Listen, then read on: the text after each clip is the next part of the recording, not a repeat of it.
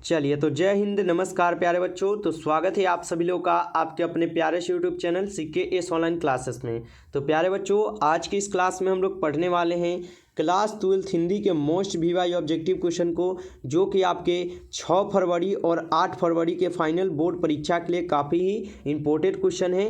तो आप लोग इस क्लास को बिना स्किप किए क्लास को शुरू से लास्ट तक देख लीजिए, जिससे आपको जो है ये सभी क्वेश्चन याद हो जाए और आप अच्छे से जो है एग्जाम में सभी क्वेश्चन को बना सकें। अगर आप इस चैनल पर पहली बार जुड़े हैं तो आप CKS ऑनलाइन क्लासेस को जरूर सब्सक्राइब करके जुड़े रहिए, क्योंकि आप लोग को यहाँ पर चैप्टर वाइज भी रिवीजन हो रहा है। तो आप चैनल को सब्सक्राइब करके जुड़े रहिए, जिससे जब भी क्लास हो नोटिफिकेशन आपके पास पहुंच जाए और आप जो उस क्लास में जुड़ जाए और अपनी तैयारी में लग जाए। अगर आप बिल्कुल फ्री PDF लेकर पढ़ना चाहते हैं तो आप जुड़ जाइएगा CKS ऑनलाइन क्लासेस के साथ और जुड़े रहिए। क्लास के बाद आपको एक नंबर देंगे, उस नंबर पर आप मैसेज कीजिएगा, आपको यहाँ से बिल्कुल ही फ्री PDF भी दिया जाएगा। तो आप चैनल को जरूर सब्सक्राइब करके जुड़े रहिए और अपने दोस्तों को भी क्लास को शेयर कीजिएगा। तो चलिए क्लास को स्टार्ट करते हैं और आप लोग जो है क्लास को भी लाइक कर दीजिएगा, ठीक है। चलिए और चैनल को भी सब्सक्राइब करके जुड़े रहिए।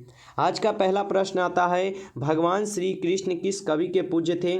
आप लोग लगाइएगा इसका आंसर क्या होगा, सही जवाब, ठीक है। चलिए तो भगवान श्री कृष्ण जो है किस कवि के पूज्य थे प्यारे बच्चों? तो आप लोग लगाइएगा यह किसके थे? सूरदास के। ऑप्शन डी यहाँ पर क्या है आप लोग का बिल्कुल ही सही जवाब है, आप लोग अच्छे से याद रखिएगा। चलिए नेक्स्ट क्वेश्चन पढ़िएगा कि आपकी पाठ्य पुस्तक में नाभादास की कविता किन दो कवियों के बारे में है, बताइएगा आप लोग, ठीक है। चलिए तो आपकी पाठ्य पुस्तक में नाभादास की कविता किन दो कवियों के बारे में हो जाएंगे, ठीक है। तो यह किन दो कवियों के बारे में है? कबीर और सूरदास के बारे में है। ऑप्शन बी यहाँ पर लगाए हैं तो बिल्कुल सही जवाब है। अगला क्वेश्चन पढ़िएगा, जूठन क्या है, ठीक है। चलिए लगाइएगा आप लोग आंसर कि जूठन क्या है। जूठा है, कहानी है, शब्द चित्र है या आत्मकथा हो जाएगा, ठीक है। तो आपको पता होना चाहिए जूठन क्या है। ऑप्शन डी आप लोग का सही जवाब है, आत्मकथा है जूठन। आप लोग अच्छे से इसे याद रख लीजिएगा, ठीक ना। चलिए अगला क्वेश्चन है, त्रिच कहानी के कहानीकार हो जाएंगे, बताइए आप लोग, ठीक है। चलिए त्रिच कहानी के कहानीकार कौन हो जाएंगे? तो इस क्वेश्चन का सही जवाब आप लोग क्या लगाइएगा? उदय प्रकाश। ऑप्शन ए लगाए हैं तो बिल्कुल सही जवाब है आप लोग का ऑप्शन ए। चलिए अगला क्वेश्चन आप लोग पढ़िए कि शिक्षा शीर्षक निबंध के निबंधकार है, बताइएगा, ठीक है। चलिए शिक्षा शीर्षक निबंध के निबंधकार कौन हो जाएंगे? 5 नंबर क्वेश्चन का आप लोग बताइएगा आंसर क्या होगा, ठीक है। चलिए तो शिक्षा शीर्षक निबंध के निबंधकार कौन है? जय कृष्णमूर्ति जी। ऑप्शन डी यहाँ पर आप लोग का बिल्कुल ही सही जवाब है।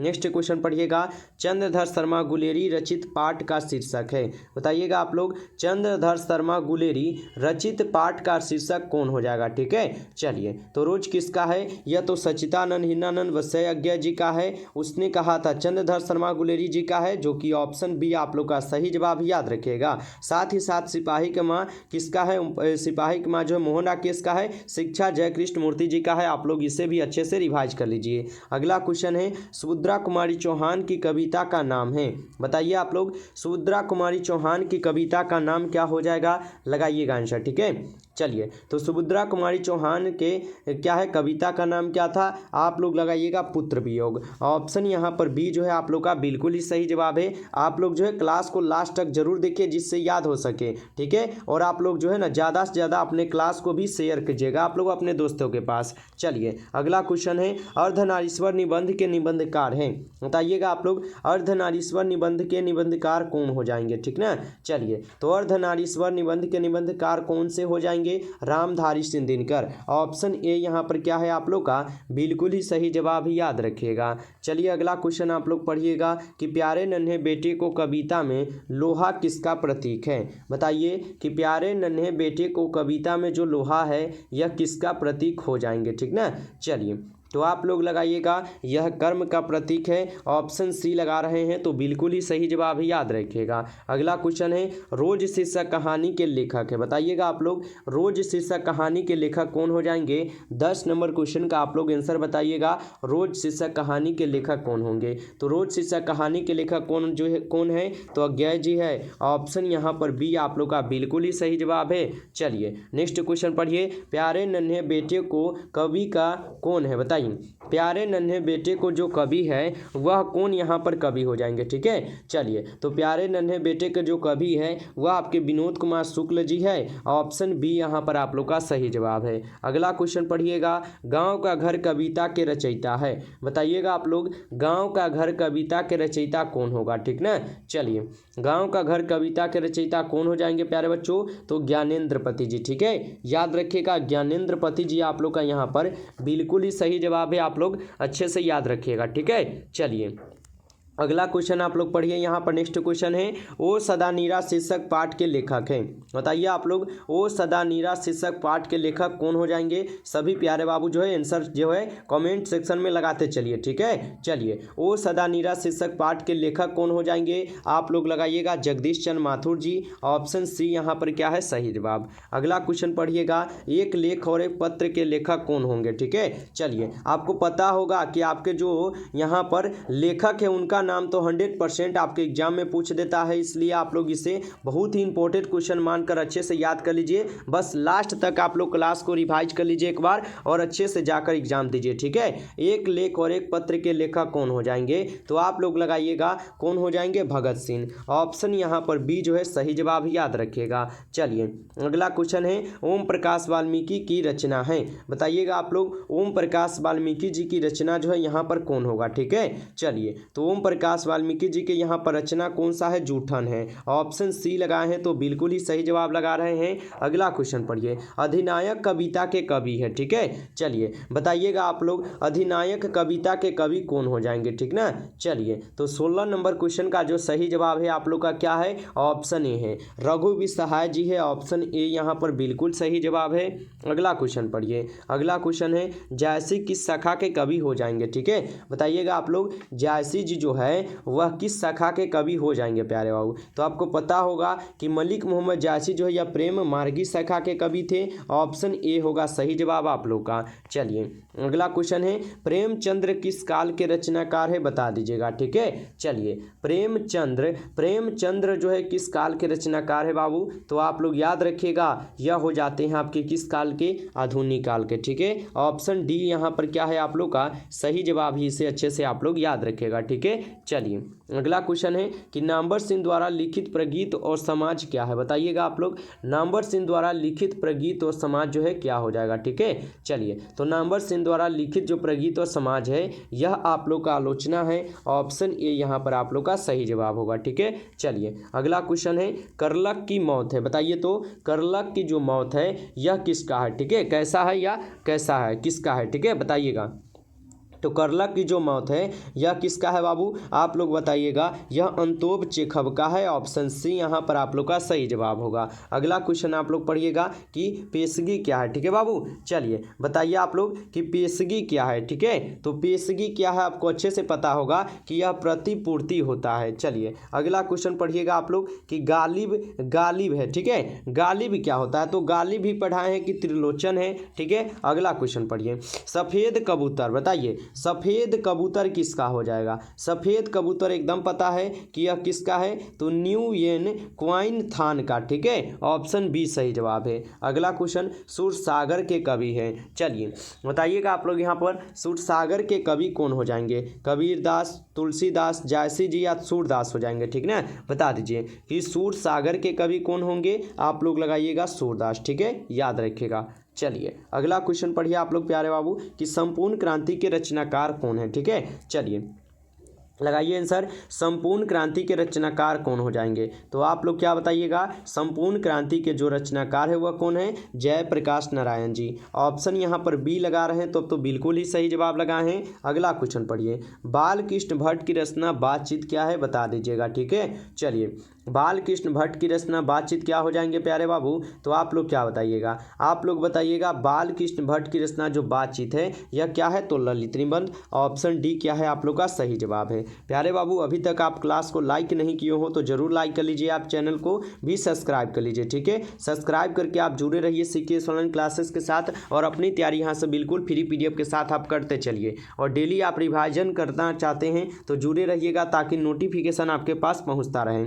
ठीक है। अगला क्वेश्चन, प्राकृतिक वर्णन से संबंधित कविता है, बता दीजिएगा। प्राकृतिक वर्णन से बताइएगा, प्राकृतिक वर्णन से संबंधित कविता कौन होगा? तो उषा क्या है? प्राकृतिक वर्णन से एक संबंधित कविता है, ऑप्शन बी होगा सही जवाब। अगला क्वेश्चन, अर्धनारीश्वर का किस विधा से संबंध है, बताइएगा। ठीक है, चलिए अर्धनारीश्वर का किस विधा से जो है संबंध हो जाएगा? आप लोग 28 नंबर क्वेश्चन का आंसर बता दीजिएगा क्या होगा। तो अर्धनारीश्वर का जो है किस विधा के निबंध है? ये हो जाएंगे निबंध के, ऑप्शन ए यहाँ पर सही जवाब हो जाएंगे। अगला क्वेश्चन पढ़िए। अगला क्वेश्चन है, प्रगीत और समाज किसकी रचना है, बताइएगा आप लोग। ठीक है, चलिए प्रगीत और समाज जो है किनकी रचना हो जाएंगे प्यारे बाबू? तो आप लोग बताइएगा।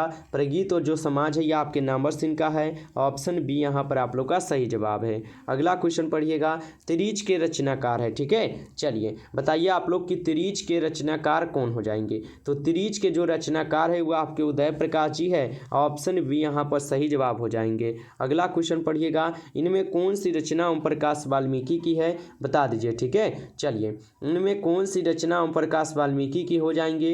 तो आप लोग लगाइएगा जूठन, जो किसका है? ओम प्रकाश वाल्मीकि जी का है, आप लोग अच्छे से याद रखेगा। ठीक है, और ये बता दूं ये किसका है? रोज सच्चिदानंद हिंदानंद वसैज्ञ जी का है। सिपाही की माँ किसका है? मोहन डाके जी का। और शिक्षा क्या है? जय कृष्ण मूर्ति जी का है। इनको याद रखिएगा। ठीक है, चलिए अगला क्वेश्चन आता है, हंसते हुए मेरा अकेलापन के लेखक है। ठीक है, बताइएगा आप लोग, हंसते हुए मेरा अकेलापन के जो है लेखक कौन होगा? तो हंसते हुए मेरा अकेलापन के लेखक कौन है? आप लोग लगाइएगा मल्य जी, ऑप्शन यहाँ पर बी जो है आप लोग का सही जवाब याद रखिएगा। अगला क्वेश्चन है आप लोग का कि एक लेख और एक पत्र के रचनाकार है, बताइएगा आप लोग। एक लेख और एक पत्र के रचनाकार कौन हो जाएंगे? ठीक है, चलिए एक लेख और एक पत्र के रचनाकार कौन हो जाएंगे? आप लोग क्या लगाइएगा? भगत सिंह। भगत सिंह लगा रहे हैं तो बिल्कुल सही जवाब लगाए हैं। अगला क्वेश्चन पढ़िए, ओ सदा नीरा के लेखक है, बताइएगा आप लोग इसका आंसर क्या होगा? ओ सदा नीरा के लेखक कौन हो जाएंगे? अगर आप यहाँ पर लेखक का नाम याद किए हैं तब तो आपको अच्छे से पता होगा कि ओ सदा नीरा जो है आपके जगदीश चंद्र माथुर जी का है, ऑप्शन ए यहाँ पर सही जवाब है। अगला क्वेश्चन है, जय कृष्ण मूर्ति की इनमें से कौन सी रचना है, बताइए। जय कृष्ण मूर्ति की इनमें से कौन सी रचना जो है हो जाएगा? ठीक है, चलिए तो जय कृष्ण मूर्ति जी का जो है यहाँ पर कौन सा है? रोज सच्चिदानंद हिंदानंद वसैज्ञ जी का है, संपूर्ण क्रांति जयप्रकाश नारायण जी का है, और बातचीत बालकृष्ण भट्ट का है। बच गया आपका ये शिक्षा जो कि जय कृष्ण मूर्ति जी का है, ऑप्शन डी होगा सही जवाब इस क्वेश्चन का। अगला क्वेश्चन पढ़िए, कबरक के रचयिता है। ठीक है, बताइएगा आप लोग कबरक के रचयिता जो है कौन हो जाएंगे? ठीक है, चलिए आपको पता होगा कि कबरक के रचयिता आपके मलिक मोहम्मद जायसी जी थे, याद रखिएगा। चलिए अगला क्वेश्चन आप लोग पढ़िए अच्छे से। अगला क्वेश्चन है बाबू, साहित्य लहरी किनकी रचना है? ठीक ना, आप लोग जो है ना क्लास को लास्ट तक आप लोग देख लीजिए, आपको ये सभी प्रश्न अच्छे से याद हो जाएगा। ठीक ना, चलिए साहित्य लहरी किनकी रचना है बता दीजिएगा। साहित्य लहरी जो है आपके सूरदास की रचना है, आप लोग याद रखिएगा। चलिए अगला क्वेश्चन आप लोग पढ़िए, कवितावली के रचनाकार है, बता दीजिएगा। कवितावली के रचनाकार कौन होगा? तो कवितावली के रचनाकार कौन है? तुलसीदास जी है, ऑप्शन बी यहाँ पर इस क्वेश्चन का सही जवाब है। अगला क्वेश्चन पढ़िए, छत्रसाल दशक के रचनाकार है, बताइएगा आप लोग। छत्रसाल दशक के रचनाकार कौन हो जाएंगे? आप लोग लगाइएगा छत्रसाल दशक के रचनाकार जो है आपके भूषण जी है, ऑप्शन सी होगा सही जवाब। अगला क्वेश्चन है, जयशंकर प्रसाद किस वाद से संबंधित रचनाकार है? ठीक है, चलिए बताइए जयशंकर प्रसाद जी किस वाद से संबंधित रचनाकार हो जाएंगे? ठीक है, चलिए तो जयशंकर प्रसाद जी जो है यह जो है किससे संबंधित रचनाकार है? छायावाद से, ऑप्शन ए यहाँ पर आप लोग का सही जवाब होगा। अगला क्वेश्चन आप लोग पढ़िएगा, पुत्र वियोग किसकी रचना है? बताइएगा आप लोग, पुत्र वियोग जो है यह किसकी रचना हो जाएंगे? ठीक है, चलिए 41 नंबर क्वेश्चन का आप लोग आंसर लगाइए तो कि पुत्र वियोग किसकी रचना है, यह किसका है? तो सुभद्रा कुमारी चौहान, ऑप्शन ए लगा रहे हैं तो बिल्कुल सही जवाब लगाए हैं आप लोग। अगला क्वेश्चन पढ़िए, जन जन का चेहरा एक के रचनाकार है, बता दीजिएगा। ठीक है, चलिए जन जन का चेहरा एक के जो रचनाकार है वह कौन होगा? ठीक है, चलिए तो जन जन का चेहरा एक गजानन माधव मुक्तिबोध जी का है, ऑप्शन ए होगा सही जवाब। अगला क्वेश्चन है, रघुवीर सहाय का जन्म स्थान कौन सा है? बताइएगा। ठीक है, चलिए रघुवीर सहाय जी का जन्म स्थान जो है कौन सा हो जाएगा प्यारे बाबू? तो लखनऊ किसका है? रघुवीर सहाय जी का जन्म स्थान है, इसलिए ऑप्शन बी होगा सही जवाब यहाँ पर, याद रखिएगा। अगला क्वेश्चन, प्यारे नन्हे बेटे को किसकी रचना है? बताइए तो आप लोग कि प्यारे नन्हे बेटे को जो किसकी रचना हो जाएंगे? ठीक है, चलिए तो प्यारे नन्हे को जो यह रचना है यह आपके विनोद कुमार शुक्ल जी का है। ऑप्शन ए यहाँ पर सही जवाब हो जाएंगे। अगला क्वेश्चन आप लोग पढ़िए, हार जीत के रचनाकार है। ठीक है, चलिए बताइएगा आप लोग हार जीत के रचनाकार कौन हो जाएंगे। तो हार जीत के जो रचनाकार है वह कौन हो जाएंगे, अशोक वाजपेयी जी। ऑप्शन ए यहाँ पर क्या है आप लोग का सही जवाब है। आप लोग अच्छे से इसे याद रखिएगा। अगला क्वेश्चन है कि अमृत का पर्यायवाची है। बताइए आप लोग अमृत का पर्यायवाची क्या होता है। तो अमृत का पर्यायवाची आपको पता होगा कि सुधा होता है। ऑप्शन ए लगाए हैं तो बिल्कुल सही जवाब लगाए हैं, अमृत का पर्यायवाची सुधा ही होता है। ठीक है, चलिए अगला क्वेश्चन है कि अश्व का पर्यायवाची है, आप लोग बता दीजिएगा। ठीक ना, चलिए अश्व का जो पर्यायवाची होता है क्या होता है। ठीक है, चलिए तो अश्व का पर्यायवाची क्या होता है, तुरंग होता है। ऑप्शन सी क्या है आप लोग का सही जवाब। अगला क्वेश्चन पढ़िए कि वन में चरने वाला है। ठीक है, वन में चरने वाला को आप लोग क्या बोलिएगा। तो वन में चरने वाला को आप लोग क्या बोलिएगा, वनचर। जो वन में चरता है वह वनचर कहलाता है। ऑप्शन सी होगा सही जवाब। अगला क्वेश्चन आप लोग पढ़िएगा यहाँ पर। अगला क्वेश्चन है कि जिस पुरुष की स्त्री मर गई हो। ठीक है, यानी जिस भी पुरुष की अगर स्त्री मर गई हो उनको आप लोग क्या बोलिएगा। ठीक है, चलिए उनको बाबू आप लोग याद रखिएगा, जिस भी पुरुष की स्त्री मरता है उनको विधुर बोला जाता है। ठीक है, आप लोग स्त्री विहीन और पत्नी विहीन कभी मत लगाइएगा, नहीं तो आप लोग गलत करके आ जाइएगा और एक नंबर आपका जो है एग्जाम में कट जाएगा। इसलिए विधुर आप लोग याद रखिए अच्छे से। चलिए अगला क्वेश्चन, रविंद्र का संधि विच्छेद है बाबू। ठीक है, चलिए रविंद्र का जो संधि विच्छेद होता है क्या होता है। रविंद्र का संधि विच्छेद होता है रवि जोनिंद्र, जो कि आप लोग का ऑप्शन ए यहाँ पर सही जवाब दिया गया है। ऑप्शन ए होगा सही जवाब। तो प्यारे बाबू आज की इस क्लास में हम लोग फाइनली 50 क्वेश्चन को कंप्लीट किए पढ़कर, और ये सभी क्वेश्चन इंपॉर्टेंट थे आपके बोर्ड परीक्षा के लिए। यदि आपको ये क्लास अच्छा लगा हो तो आप जरूर क्लास को लाइक कर लीजिए। चैनल पर पहली बार जुड़े हैं तो सीके ऑनलाइन क्लासेस को सब्सक्राइब ही करके जुड़े रहिए, क्योंकि आप लोग का अभी जो है बहुत ही इंपॉर्टेंट और रिवीजन क्लास आप लोग का स्टार्ट है। इसलिए आप चैनल को सब्सक्राइब करके जुड़े रहिए, जिससे जब भी क्लास हो उसका नोटिफिकेशन आपके पास पहुंच जाए और आप जो है इस क्लास में आकर अपनी रिवीजन जो है अच्छे से कर पाएँ। क्योंकि प्यारे बाबू पढ़ाई के साथ जो भी आप पढ़े हैं उनको रिवाइज करना बहुत ही ज़रूरी हो गया है। अगर आप मान लीजिए कि यहाँ पर कुछ भी नहीं पढ़े हैं, अगर आप एक बार रिवाइज भी करके जाते हैं एग्जाम में तो आप अच्छा से अच्छा अंक जो है प्राप्त कर सकते हैं। अगर पढ़ लिए हैं तो और अच्छा है, और रिवाइज हो जाएगा तो बेहद ही अच्छा रहेगा आपके लिए। इसलिए सीके ऑनलाइन क्लासेस के आप साथ जो है जुड़े रहिए, और सभी सब्जेक्ट का आपको जो है यहाँ पर रिवीजन चैप्टर वाइज अब चल रहा है, इसलिए आप जुड़े रहिएगा सब्सक्राइब करके। और नए हैं तो आप पीडीएफ के लिए भी मन करे तो मैसेज कर लीजिएगा 962 18 834। ठीक है, तो सब्सक्राइब करके आप इस नंबर पर पीडीएफ के लिए मैसेज कर सकते हैं। चलिए प्यारे बाबू मिलते हैं फिर नेक्स्ट क्लास में, तब तक के लिए आप लोग मन लाकर पढ़ाई कीजिए। सभी प्यारे बाबू को बेस्ट ऑफ लक, अपना मन लाकर पढ़ाई करते रहिएगा आप लोग।